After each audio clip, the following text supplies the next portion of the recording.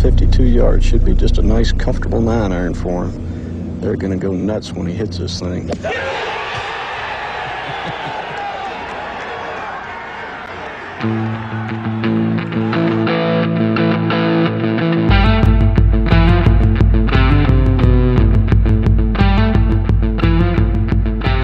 Yesterday's price is not today's price.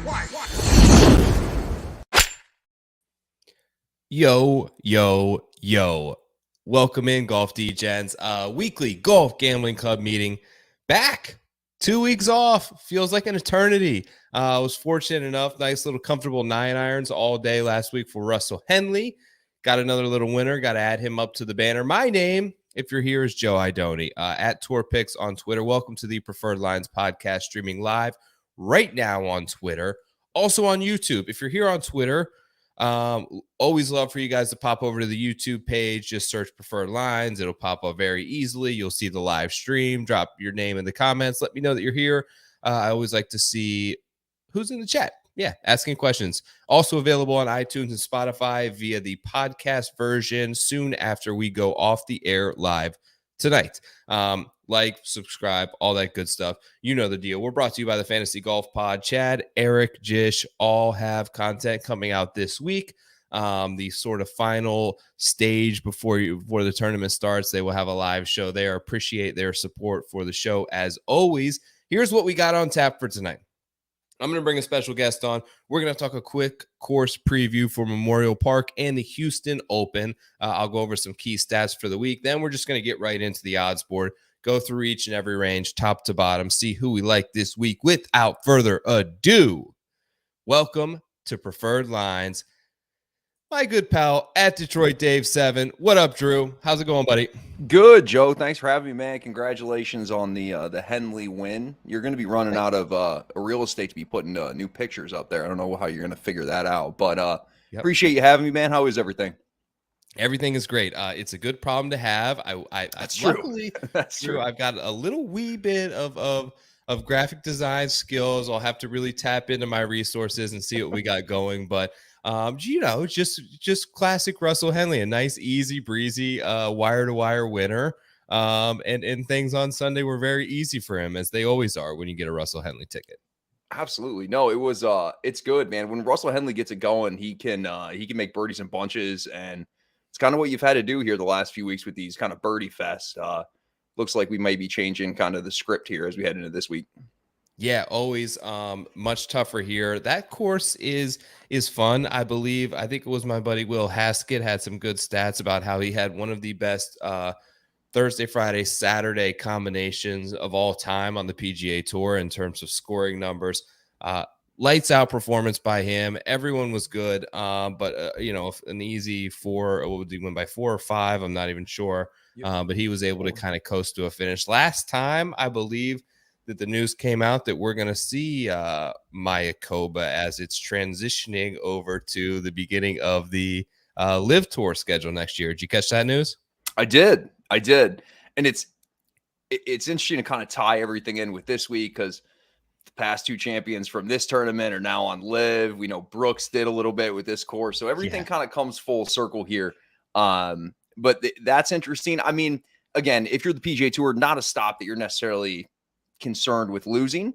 Right. But you made a great point with Henley. You know how dang hard it is to go low and then go low the next day and then go low for a third day in a row. We see it all the time. Guys go 62 and it's relatively stale round the next day. So impressive to be able to put 3 of those together in a row for sure. Yeah, he talked about battling the demons of not being able to close a couple of tournaments afterwards. He was very open about that. He's a father now, like you and I. I was just telling you before we went hot here, I'm battling some golf demons. Harry Higgs was very open about it as well, that I thought was a very cool interview. And just kind of, it's hard, man. Like I was there. It's hard to not, just as a father of 2 young kids or PGA Tour professional, to not just be like excited and happy and enjoying being out there on the course, no matter if you're a 12, a 20 handicap, a scratch player like yourself.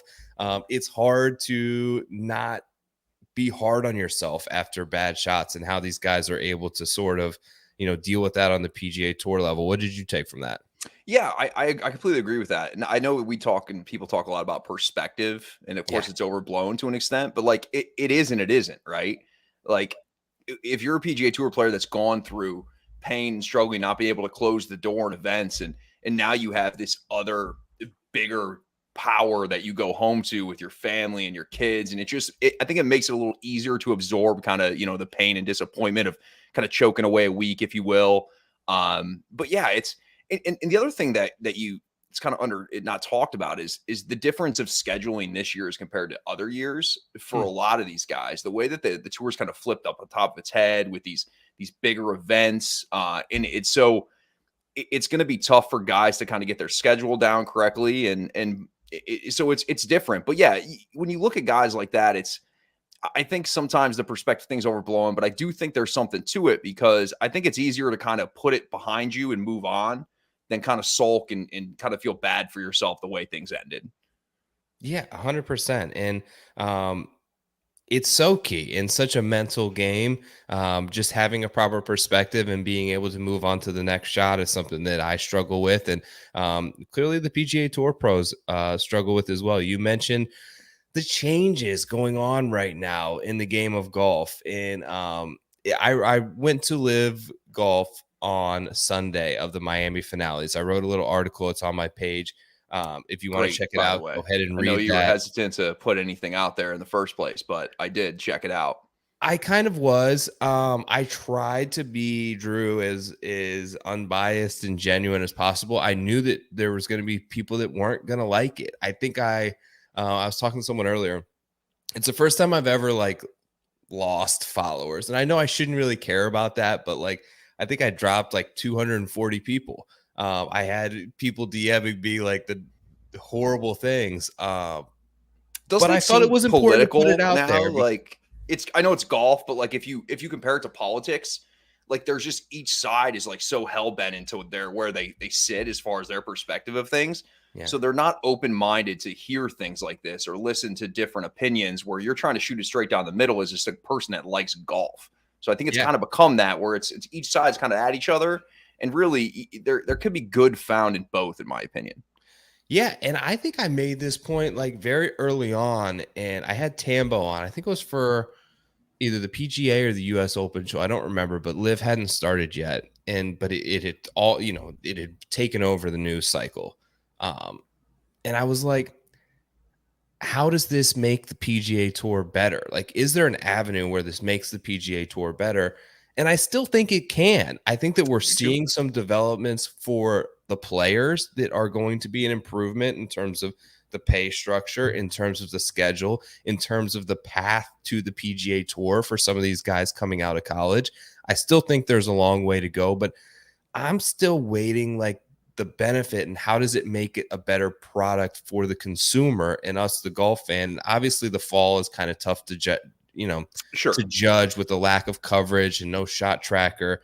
But I still think that Liv has gotten some things, frankly, right there for the attendee of the event to make it a more fun and make it a more great experience for someone who's not super hardcore into golf. And they're showcasing a ton of shots. You can't deny it. The entire event from start to finish. I think that I don't know what they call it, the Peloton or whatever it is on the side of the screen there. I hated it at first, but I'm getting I'm okay with it. Right. All right. So here would be here's the next level. If you're on your phone, you need to be able to tap and scroll it yourself. I agree. That would be elite. If you're watching it on your phone and they have a way to do that through the app where you see the top, but you can start to scroll and find your guys. There's good things coming out of it, politics aside. What they've been able to do in 7 events, I was at the 8th event that they've held, I talked to some other people there who are in media who don't really want to say anything, but you cannot be there and not be thoroughly impressed. Holy shit, this is legit. It's a show. And think about it this way. Clearly they're doing things that are working. I mean, look at how quick the PGA Tour pivoted to make these higher purse events. Right. out of kind of nowhere, right? Like we're talking 7 months, and the PGA Tours already have to kind of push all their chips, to the table. Yeah. So Live is doing things, and I think the more time that it has, they'll eventually get on with a TV provider where it's not going to be YouTube, which will be a big time deal. Yep. And I think the match play final event was cool as hell. Honestly, I think it Yeah. was awesome. And so yeah, there's things that we can both nitpick, and each side can go at it, but it's hard to argue that some of the things they're doing have worked, and it's hard to argue that the PGA Tour has kind of had to pivot from what they are doing to try to match it.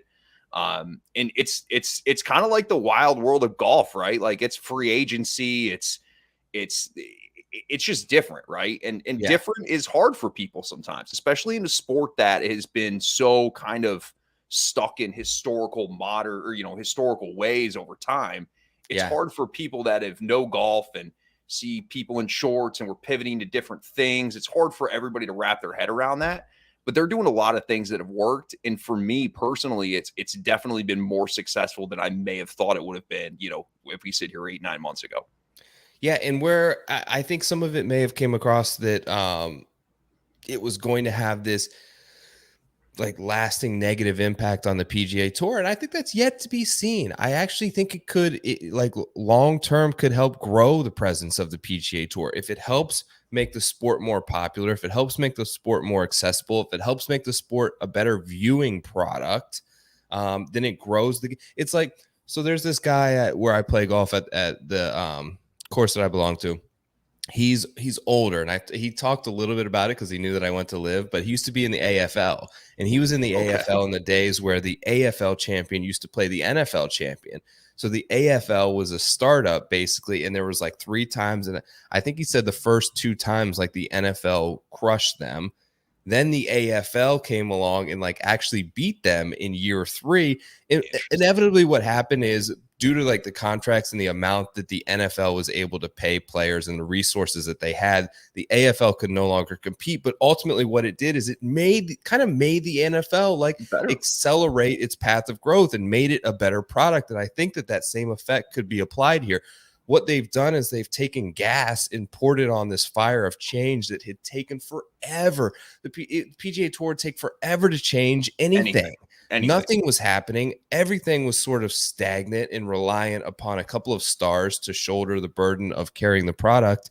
And like what we've seen, change can now happen at the drop of a hat. It doesn't have to take 7 years. It can take 7 months and totally radically change the landscape of the PGA Tour and professional golf. And I think it can be a positive for the PGA Tour, and they can come out of this thing with even more fans than they went into it with. Do you think, and I agree, and I also, it's interesting that you say that because remember the talking point from Live when it originally started was growing the game. And it seems we're sitting back and we're saying, well, how the hell are you growing the game? But then you talk about being there and how it's kind of pulled in a different audience. Totally. That's kind of not the old man get off my lawn audience that, like the kind of the old man golf is. It's pulled in a new audience. Do you think eventually all things come full circle and we have the PGA Tour and Live where players that are on both tours are going to be able to play both places? Because I personally believe, and I'm not saying that's going to happen immediately, that's going to be the end of the road. They're going to have to find a way to make it work both ways. And I know the major championships are really what the PGA is holding their hat on, or right now. But I think eventually it's going to have to work that way, because if you have X amount of top end players on here and X amount here, we as golf fans wants what's best, and I think there's a way to make it both work. I just think that everything was so new, and the way that it seemed like Liv was attacking the PGA and PGA wasn't having this, I do think it comes full circle. And at some point, guys are going to be able to play wherever they want. Liv doesn't have that many events. You're going to be able to kind of do what you want and hop back and forth. I believe it as well. There's going to need to be compromise, and that's not going to happen right away. Liv's going to have to earn it. And this is kind of what I wrote about, and they're doing so. So they're instead of playing this role of disruptor and politics aside, where the money comes from, they're going to have to make an impact one event at a time. And that may take longer than they envision, but from what I was at Miami, they made an impact on everyone there. Kids loved it, Drew. Like your 5-year-old daughter, if they're into golf at all, would have absolutely loved it. My wife loved it. People that aren't the anomaly like us, the guys who put 20 hours a week into watching and researching and knowing every aspect of golf, had an incredible time. And they made a difference within all those people. They also made a difference in the community that they were in. I'll say, like, there's some good things that they are doing that are very underreported. They had a chipping thing basically where they had like bins of like $5, $15, $25 where any chip that you made, they were donating to the Hurricane Relief Fund on the West Coast. Over 50% of all their merchandise sales went directly to helping the hurricane relief funds. Like they're giving back. They had all kinds of kids from the first tee there that they were like basically treating like first class with lanyards and giving complete access to all these like inner city sort of Miami, you know, it's kids that would have never been able to see Dustin Johnson and Cam Smith and Brooks and Louis. And there's incrementally they're making an impact. And I think over time that if they continue to do that, there's going to be a compromise there. And I think Rory's kind of alluded to it. I think Matt Fitzpatrick has alluded to it many times where, look, for the good of the game, for the good of the sport, for the good of both tours, let's figure this thing out. I think Rory's the barometer of how the PGA feels too. Totally. Right? Like when you see Rory from 6 months ago and how against everything he was to recently in the last few months, his stance is kind of softened, right? Yeah. And you know what comes out of his mouth is essentially what the PGA, I mean, it's kind of like when Tiger, he's the mouthpiece for the PGA Tour. He's their golden child. So when you see him kind of softening his stance, you can almost see through Rory how things have changed from a perspective of the PGA and how they look at LIV. I think originally they thought LIV was a joke and it wasn't. It had a bunch of money to back it, but it wasn't going to stick. Mm-hmm. And now you can kind of tell, but just through comments from guys like him, that it is making an impression, and it's slowly starting to change the way people think, and we'll see what happens from there. Yeah, I hope we get these guys in the majors for the time being. I think that It will happen. But all right, enough about LIV. Let's talk about the PGA Tour. What we got this week, Memorial Park Golf Course. Here's my sort of Cliff Notes version, Drew. Let me know if you have anything to add. So par 70, unique in a par 70 in that we have 5 par 3s this week and 3 par 5s. As a par 70 with 5 par 3s, it can play all the way back to 7,412 yards. It is a Tom Doak full-on restoration with, you know, a little help and a little asterisk with the Brooks Koepka input on the redesign. I'm not sure how familiar Koepka is with golf course architecture. He doesn't seem like an architect. I can't imagine his long plan 20 years from now is to design golf courses. But Bermuda grass fairways and greens, I think that he just gave a couple of tidbits here and there. He didn't like a lot of bunkers. He wanted the setup to play to his strengths as a player, which I think is great. Like, I think the way it turned out is fantastic. We saw Kokrak win it last year at -10 under par. We saw Carlos Ortiz win it at -13. Now, those are a couple of mid-range odds board snipes that I love, the 30 to 1s, the 40 to 1s, the 50 to 1s. But that's not to say that the good players in the event didn't play well. Scheffler finished second last year. The year before that, Ortiz won. It was Ortiz, DJ, and Hideki down to the last hole. I think Brooks finished 4th. Sam Burns was like 5th. Like, all the names were up there. It's a ballpark for the big dogs. And I think that it's a place that the harder it plays, the more that it kind of plays into their laps. We have 4 inside the OWGR top 20 this week. So it would be exciting to see kind of how this golf course plays out. Is there anything that you've noted from a course standpoint or setup that is I may have missed? No, I agree with pretty much everything. And if you look back the last 2 years, they really haven't dealt with tons of wind, which is something you expect in that area. Which just adds teeth to this golf course. You mentioned there, I think there's 5 par 4s over 490. Yep. You have a 235 par 3. It's kind of, in theory, a bomber's paradise, right? You're going to be hitting a lot of long irons into holes. I think when we handicap golf and we talk golf, people tunnel vision, hey, that you have to be a bomber to win here. That's not what I'm saying at all, but it's certainly going to be a benefit this week. And And again, it's completely different from what we've gotten recently. It's not going to be a birdie fest. And I really like this spot. I like this golf course. And the field isn't as good as it has been. But overall, I think the golf course kind of brings out some of the better players. Yeah. And to your point, I mean, Sam Burns finished 7th, I believe, twice in a row. Scotty Scheffler's played well here. You hit on Hideki being at the, up at the top of the leaderboard, DJ. So it brings out the best players to the top. Right. And I think that's all you can ask for out of a tournament. And so I'm excited I'm not the birdie fest guy. I don't like 25, 30 under. I kind of like a little bit more this is more of my kind of golf. So yeah, I think you're spot on, man. There's one of those holes, one of those par fours you were speaking about. It's like 530 that was playing like almost a half a stroke over par last year, which is insane by PGA Tour standards. Here's kind of the key stats that I'm looking at.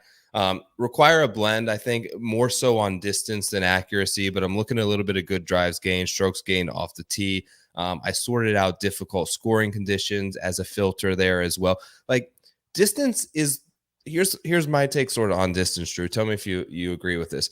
I think it's the driving distance is one of the most stable stats that you can possibly look at, because all of these other categories that I'm looking at, bogey avoidance, around the green, par 3 scoring, Bermuda grass putting, there's a given week where Tony Finau can be first in putting or last in putting. There's no situation out here in which Tony Finau is at the bottom of the field in driving distance, right? It's just something that you inherently either have or you don't have. You can't have a really good week driving distance out of nowhere where you just pick up 20 yards. Now you can be more accurate, but it's one of those things that you either have it or you don't. So it's one of the more ones that I like to factor in when you have courses like this, because it is what it is. There's no variance level to it, with the exception of it just takes a while, right? You can see guys climb like we saw Fitzpatrick, and of course Bryson was the anomaly in here of gaining it, but you can see it happen incrementally over time. There's not a scenario in which you all of a sudden pick up 20 yards in a week. Yeah, it's not a variable that changes, right? Yeah. You're longer, you're not. And I think in distance we can lean on as a crutch for a lot, because if you break it down, even the guys that aren't bombing it are still hitting it 300, 310. But when you get out on courses that have 530-yard par fours, it's way more difficult to hit a 4-iron into a green than a 7-iron, man. It's just the way it is. And yeah, if you bomb the ball, you bomb the ball, and that's not going to change. And it's also, we look at statistics, and they're somewhat skewed based off of the golf course they play, the setup of the golf course, the distances of holes. So while that is definitely a fluctuating variable over time, driving distance just isn't one. And so I'm with you 100%. That's one thing that you can lean on a week-to-week basis where you don't actually have to think about it very much. Where do you, as a teacher of the game, as a really good player yourself, now this week I tend to lean a little bit on, I like to look at the proximity ranges and where the approach shot distribution comes from. This week, Data Golf is pretty much telling me 150 to 225 yards. You're going to see way more of those shots this week than you do on a normal PGA Tour start. So I like to sort of look at that kind of stuff. Do you think that's a valuable stat that I'm looking at? Because I've kind of heard both sides of this before. No, I absolutely do. Because like there's certain players that have certain strengths, right? So put X player from 150 to 100 yards, and that could be their bread and butter. You have other players when you're looking at it, and everybody's chasing distance, right? That's kind of the name of the game now. Until the ball rolls back or something different changes, that's going to kind of be the name of the game. But I think that one of the things that we can benefit from is you can look at the golf course itself and run the numbers. You can see, listen, you can look at Memorial Park and say, hey, there's going to be a lot more of the shots that you just said, 150, 200, 225.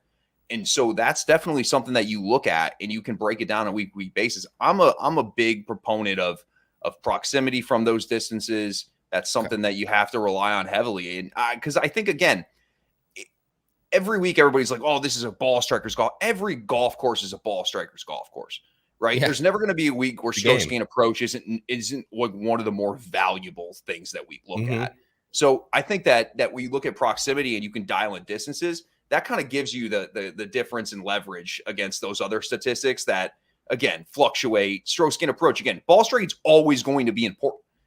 Yeah. They could play it on the moon. If you can, if you know, you're a good iron player, you're going to be, you know, in a good spot. But yeah, I think to your point, that is a very good one. And I think proximity is one of the ones that I lean on more, especially when you can kind of go through the golf course, you know, the golf course, and you know kind of what to expect. Love to hear it. Let's get to the betting board. Let's make a couple bets.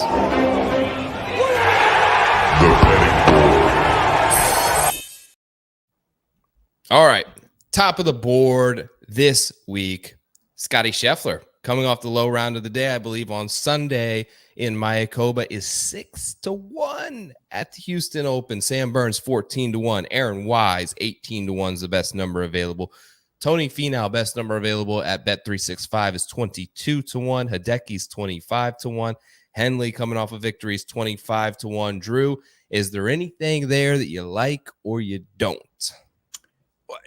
Again, I don't know about you, but I can never swallow a 6-1. As much as I like Scotty Scheffler, that's not something I'm interested in. The Tony Finau number over 20 is very interesting. We talked about the golf course itself. This seems like a Tony Finau golf course. So that's a number I'm willing to be interested in. You could talk me into Sam Burns based off the past two finishes here, but I think at the top of the board, it's got to be Tony. Again, concerns with Russell Henley. I know he just won last week, but we talk about the kind of style of golf course. I just don't think it fits him. Where you at with the top here? I went Finau. I actually got an early morning 25-1, which I love because I laughed at Aaron Wise at 18-1. Could not believe that number was on Finau coming off of a couple of victories like in the late summer. I have him top 10 in the field in strokes gained off the tee, strokes gained total on difficult courses, around the green, top 8. Strokes gained approach 1, bogey avoidance 1, good drives gained 4th. We know he's up there in distance. He's doing it all. And the approach numbers, like you mentioned, they're always important. What I like to do is kind of also look at that by course length, kind of what you mentioned, that sort of brings in that proximity to it. So I filtered it on 7,400 plus yard golf courses. Now, I know this is maybe a hair under that, depending on the tees, but given par is 70 and there's 5 par 3s, it's going to play very long. So I think when you look at approach numbers, especially when you're pulling a lot of the data from some of these stops at the fall, if you're pulling data from Bermuda, from Mayakoba, even though there's not shot tracker there, but a lot of these stops were very short courses is my point. And if you're looking at strokes gain approach numbers, you could be talking about totally different clubs that are going to be the focus this week. So he's number 1 there in strokes gain approach on long golf courses. I know the course history here isn't great. I also know that his last performance out at Mayakoba last week wasn't great. Maybe get here a little bit early. President's Cup and Mayakoba is really the only time that we've seen him since the Tour Championship. I'm gonna roll the dice here. I think he's one of the top 4 players in this field, and we mentioned it's a course that I think is suited for the best players. I think a 25-1, even a 22-1 is a very fair number on Finau. Let me ask you this real quick, and I know we'll get moving on. Do you, when we talk about golf courses with proximity being around 200 yards, just say as an average, do you also find that you lean on short game a little more too, knowing that the greens in regulation percentage based off the yardage are going to be lower? Mm-hmm. I think that's something that's kind of an underlying thing to look at, which is, you know, can put you one way or the other. But that you're on with me with the same thing. I kind of feel like it's longer club, the more you're going to miss the green.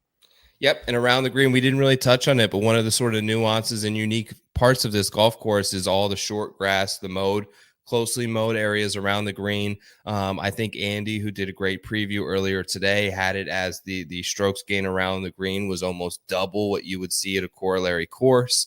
So it's a heavy emphasis this week in which you don't often pay it much.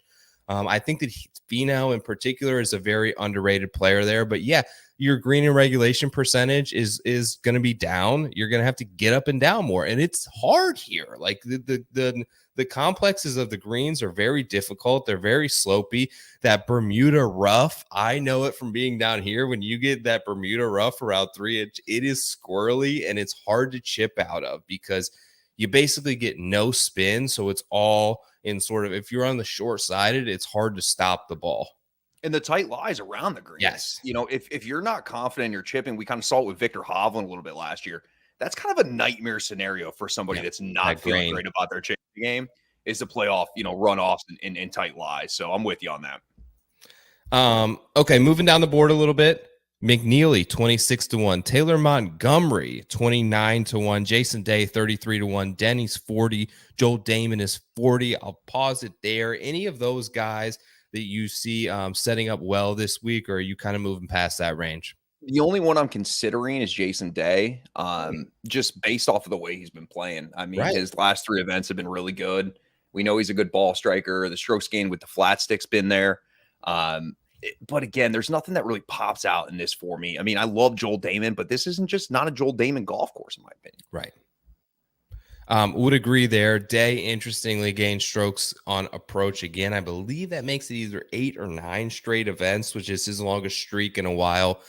21st at Mayakoba, 11th at the CJ Cup, 8th at the Shriners for Jason Day. Extremely positive performances this fall. Like, love to see it. I give him credit, man. I tell you what, I talked about this with like Ricky a few weeks ago when he had a little pop there. What was it, the Zozo or the Shriners or something? These guys who had the peaks. Okay, so the peak of their career was 4 or 5 years ago. I give these guys credit for not taking the easy road out and just jumping over to Live Tour, because they'd make great names and perfect. They'd fit the mold for the guy that's gone to Jason Live. Day's 100%. Jason Day 100% would be a shoe-in to just be like, especially okay, with the back name, issues and the good WBs for the SEOs. People know who he is. He's not that good anymore. Let's let him play 8 times a year. But no, he sort of stuck it out, and I give him a lot of credit for sort of betting on himself there. I'm interested, dude, in Taylor Montgomery. He just is finishing great, man. 10th, 13th, 15th, 9th, 3rd since the Fortinet. Those are all events this fall. It's hard to deny that he's gaining more strokes with the putter than anyone else, but I saw something that Data Golf put out today where he won a putting exhibition. Did you see this? No, I didn't. So I think it was Kenny Kim, my buddy Kenny, put something out like, is he ever going to lose strokes gained putting? And Data Golf replied like, maybe not. So there was a putting like tournament in Las Vegas of like all professional golfers, and it was like a putting tournament, and he won. He finished first. He won $100,000 in a putting contest. Right. So he's clearly just he's feeling good. He's feeling good. Thing. I guess my point being is like, you look at someone like Denny, and it's just kind of ingrained in you, who's around the same number. Like, yeah, he's one of the best putters in the world. I didn't really envision that out of Taylor Montgomery when he first came up to the tour in the fall, but I think we've just got to settle into this spot where, yeah, he's that guy who's going to gain 0.8 strokes to 1.5 strokes putting in most events that he played. And if he can get other things going, he certainly has a talent level that exceeds another great putter like Denny. And he can move it. Like, he hits it far off the tee. He's pretty accurate. It's really all comes down to his approach numbers, because everything else at this time's clicking. I don't have any issue with that. I like it. Yep. I haven't done it yet, though. Some guys here moving on. 50-1, Alex Noren, Davis Riley. Emiliano Grillo is 50-1. Matthew Neesmith is 50. Sahith is here at 50. That's a nice little drift for him. 55 on Si Woo. Taylor Pendrith is 60. I'm going to pause right there. Anyone in here got your interest? Yeah, the only one would be Si Woo. Again, with that number in this field, it's hard for me not to make a play on him when you get him over 50 in this field with his kind of win equity or his upside. I could get behind that, but that's the only guy I'm thinking in that range. Yeah, so the one that I was thinking was Pendrith. Although when I looked at my book, he was down to 40-1, which you'll see some there. The 60-1 I would take. Changed a lot. I went another.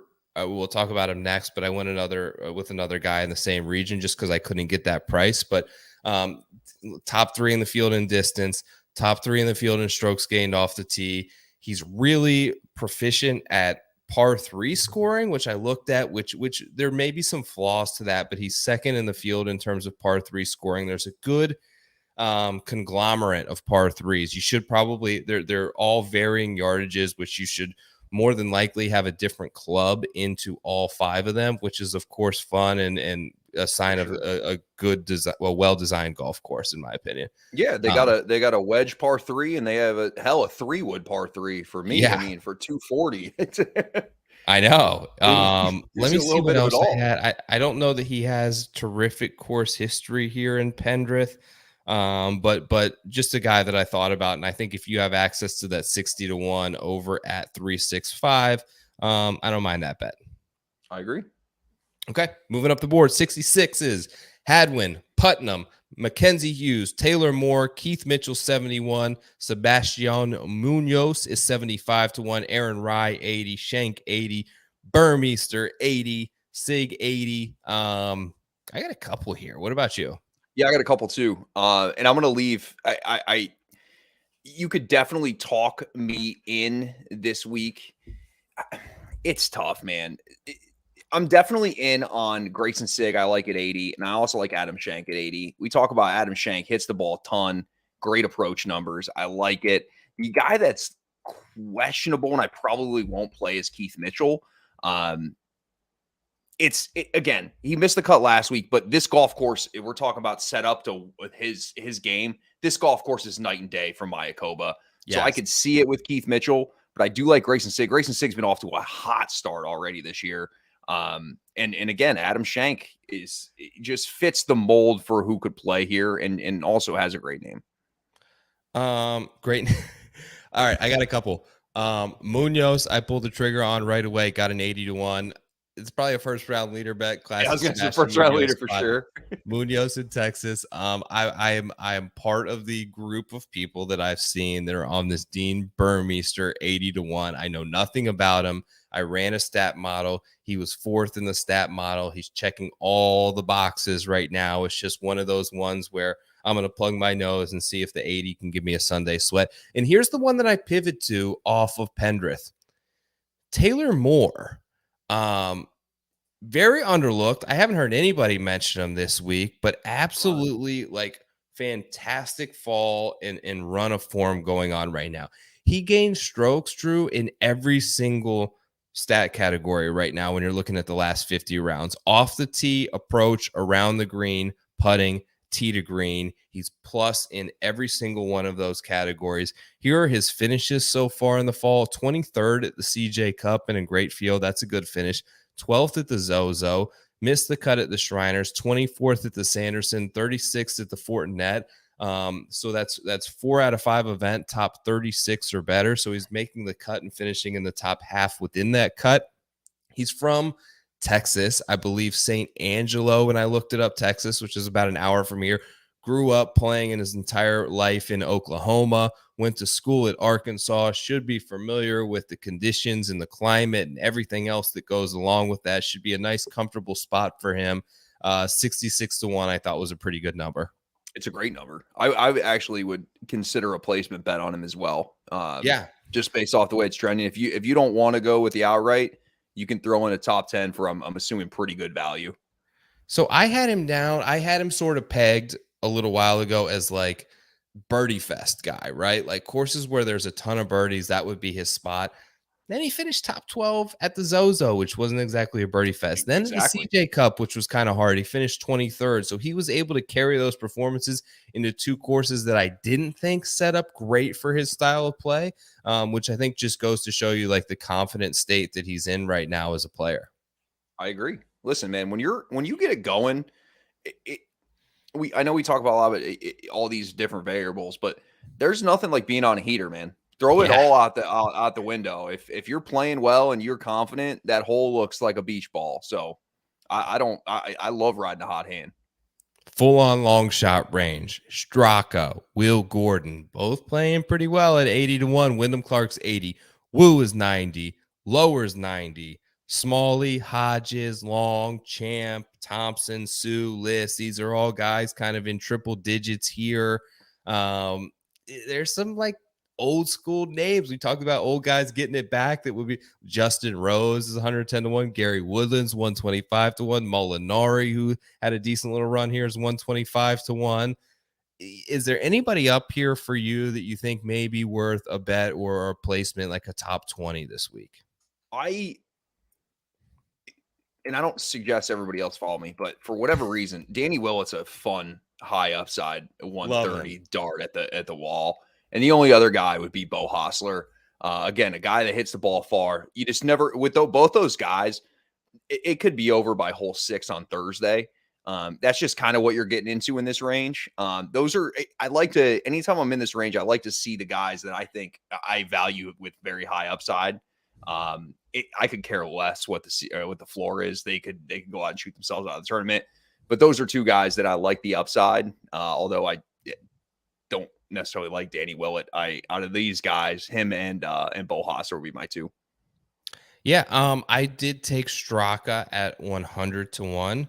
I'm not seeing him here, but he's just been on such a run, man. I tweeted out that he's like Sepp Straka's up to like number 27 in the world right now in the OWGR. He came off that win, and then he went to Dell Technologies in Austin and started beating people up in match play. And you're like, okay, all right, I can see this.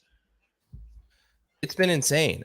Willett, you make a good point because he's terrific. He's number 1 around the green. So if we're gonna place more emphasis on around the green than here than anywhere else on tour, which has been proven last year, it's hard to ignore. I'm gonna pull this down just so I can bring up these OWGR rankings because I thought that they were kind of interesting. Let me pull it up here. All right, current OWGR rankings. Cam Smith dropped from number 3. I thought that was noticeable because we're going to start to see a momentous drop from Cam Smith as it's coming, which is unfortunate. Fall, if you will. Morikawa went from number 2 in the world last year. He was actually number 1, I believe, up until the Hero World Challenge, which was overtaken by John Rahm at the Hero, if I have that correctly. Anyways, he was number 1 for a good bit of the end of last year. Is now 10th. So a big slide for him. Here's where Straka, look at this, 27th in the world, climbed all the way up from 214th in the world last year. He currently is ranked ahead of Answer, Hatton, Henley, DJ, Adam Scott, Taylor Gooch, Brooks Koepka. Like all of these guys, Straka has been able to move past, which is kind of crazy. Another one of the big drops I found was really weird. Where is he? It's impressive to go from look at this 47th. What happened to Daniel Berger? He didn't go to live. That injury, I think he hurt his wrist and he just hasn't been the same since. I was really surprised because I didn't realize he had kind of fallen off that bed. Most of these other guys, I didn't think it was that bad. That have fallen off, or have gone to live. But Berger's the one that has stuck around, that was a top 20 player last year, that's almost out of the top 50 right now, which was kind of wild. The other one that was the massive jump was Kurt Kitayama from 250th in the world up to 41st in the world. Like, what a jump from him. I just kind of wanted to show, like, I thought some of that stuff was interesting, and it's going to continue to be interesting until Liv starts getting awarded OWGR points and how that works out, because we're going to see a lot of change and a lot of movement here in the weeks coming. Yeah, I mean, if OWGR points are given to them, you're going to see a lot of those guys rise from the ashes and start working their way back up the world golf rankings. But yeah, it's crazy to see how 1 year, and Kitayama played a lot on the European tour, right? And he started to get his game together. He fully committed to playing on the PGA tour, and his life changed dramatically over the last year. If you look at purses from the PGA to the European tour, that's golf, man. You can rise up from being just a disaster, or you can free fall. And golf's the funny sport where you can wake up and be lost and lose your game, and you did nothing but fall asleep. So it's why it's the best, and it's why, in my opinion, it's the most fun to bet on. I'm laughing because I know that pain all too well, totally losing your game. Oh, Drew. Yeah. It was awesome to have you on. Thank you so much for joining me. Myself and others can't wait for you and our boy Rob. Congrats to Rob if you're seeing this on the kid, and we can't wait for you guys to get back at it, hopefully in January for the approach. It was a pleasure to have you on Preferred Lines. I really appreciate you being the guest this week. I hope you have a great week, bud. Thanks a lot. Yeah, you do the same, man. Hey, thanks again for having me. Later. All right, gang. That's going to wrap it up for your Golf Gambling Club meeting this week. I appreciate you checking out Preferred Lines. Give me a like, give me a subscribe. tell a friend. I lost some followers. Hook me up. I need to get back on the right path. I'm excited to bring the show back after 2 weeks off. I've got some exciting stuff planned for the new year that I can't wait to sort of divulge and get more into. But a really exciting time in the game of golf right now. Happy to be here covering it with you. Thanks to Fantasy Golf Pod, as always, for supporting the show, and for you for checking out Preferred Lines this week. Have a great week. Good luck at the Houston Open. Tony Finau is going to win. I'm out. Peace. Go Ravens.